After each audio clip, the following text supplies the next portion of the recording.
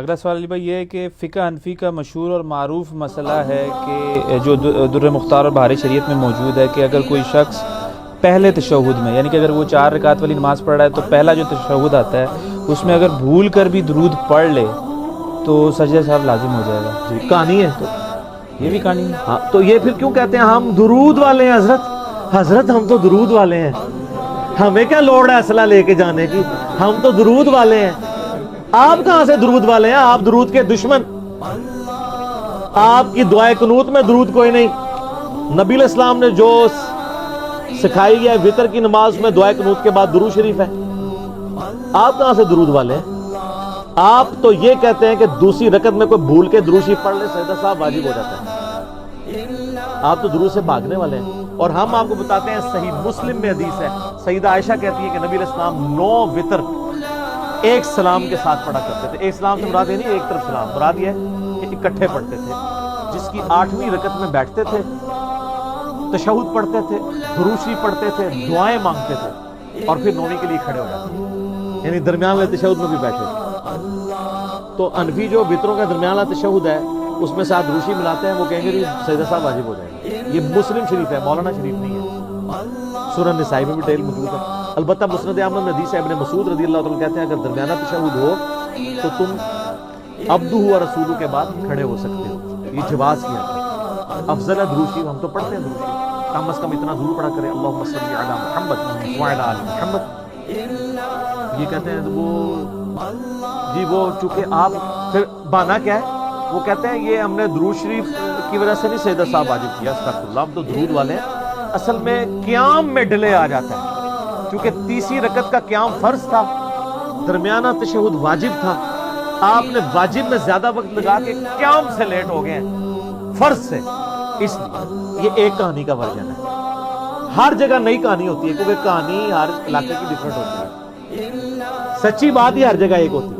اچھا، دوسری جگہ بہار شریعت میں در مختار رد المختار میں یہ لکھا ہے کہ ایک رات نبی علیہ السلام کی خواب میں امام حنیفہ کو زیارت ہوئی.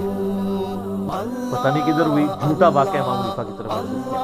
تو نبی علیہ السلام نے کہا ابو حنیفہ تو نے مجھ پہ درود پڑھنے والے پر سجدہ صاحب واجب قرار دے دیا جو دوسری رکعت میں پڑھ لے 4 والی رکعت میں.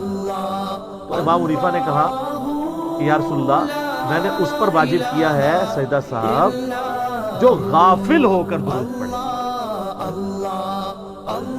تو کہتے ہیں نبی علیہ السلام مسکرائے اور تحسین فرمائے. نا انجینئرنگ ہوئے گی. شہزاد بھائی کہتے ہیں نا بڑی سونی ہے سر، نام اس قیامت ہے. اسلام دی بنیاد ہی نا ہوتے ہیں لا الہ الا. پہلے نفی ہو گئی، نفی اس بات دا پانی ملیا ہر رگے ہر جائی ہو. یہ نفی بڑی کام دی ہے. میرا ایک معصومانہ سوال ہے، جو غافل ہو کے درود پڑھے اس میں تو سجدہ صاحب ہے، تو مراد یہ ہے کہ جو خود پڑھے اس کو تو ثواب ہونا چاہیے. پھر دوسری کہانی کیوں کرائی ہوئی آپ نے؟ تو نبی علیہ السلام نے آگے پوچھا نہیں کہ وہ حنیفہ جو شوق سے مجھ پہ پڑھے، تو وہ اگر پوچھ لیتے تو وہاں حنیفہ فارغ ہو جاتے، یعنی خواب میں جو جھوٹا بن گیا. کیوں؟ فقہ حنفی کا مسئلہ ہے کہ جو چیز سجدہ صاحب کو واجب کرتی ہے وہ جان بوجھ کے کرنے سے نماز ہی مکروہ تحریمی واجب الادا ہو جاتی ہے، دوبارہ پڑھنی ضروری ہے. اگر آپ درمیانے تشہد میں جان بوجھ کر درود پڑھے تو فقہ حنفی کے تحت نماز ہوئی نہیں. بھول کے پڑھے تو سجدہ صاحب اتنا ہی چیز ہے کہ غافل ہو کر پڑھا تھا تو کہتے ہیں نبی علیہ السلام مسکرائے. نبی علیہ السلام یا انٹیلیجنٹ بندہ کون سی؟ آپ تو فوراً پوچھ لیتے. اس میں دوسرا پارٹ یہ ہو سکتا ہے کہ غافل ہو کے پھر دوسرا والا آخری والا کیوں نہیں وہ سجدہ صاحب کرنا لازم؟ اگر غافل ہو کے پہلا والا تشہد والا جو ہے وہ سجدہ صاحب لازم، دوسرے کا تو وہ مانتے ہیں نہیں تو غافل ہو کے تو دوسرا بھی پڑھ سکتا ہے نا بندہ آخری والا. ہاں چلے خیر آپ بہت ربی بہت ہی عجیب انجینئرنگ کر رہے ہیں. آپ بات کو اس موضوع پہ رہنے دیں جو اصل موضوع ہے کہ جو ان کا اپنا اصول اور مبادی ہے نا اسی کے اوپر یہ پورے نہیں کرتے. تو میں نے میری یوٹیوب پہ ایک کلپ بھی اپلوڈڈ ہے فقہ حنفی کی انجینئرنگ، وہ میں نے اسی واقعے کی انجینئرنگ کی ہے کہ یہ واقعہ بیٹھتا ہی نہیں ہے آپ کی اپنی ڈاکٹر کے اندر بھی، کہانیاں چلانی چھوڑ دیں. تو ہم آپ کو بتا رہے ہیں کہ درمیانے تشہد میں بھی درود شریف پڑھا جا سکتا ہے. حتیٰ کہ بخاری مسلم ہے کہ نبی علیہ السلام فرض کی تیسری اور چوتھی رکعت میں سورت بھی ملا لیتے تھے اور بعض وقت اونچی آواز سے پڑھتے تھے تاکہ ہمیں پتہ چل جائے. فرض کی تیسری اور چوتھی رکعت میں سورت ملانا افضل ہے، اگر کوئی چھوڑ دے تو جائز ہے. درمیانے تشہد میں بھی درود شریف پڑھنا افضل ہے، اگر کوئی چھوڑ دے تو جائز. ٹھیک ہے.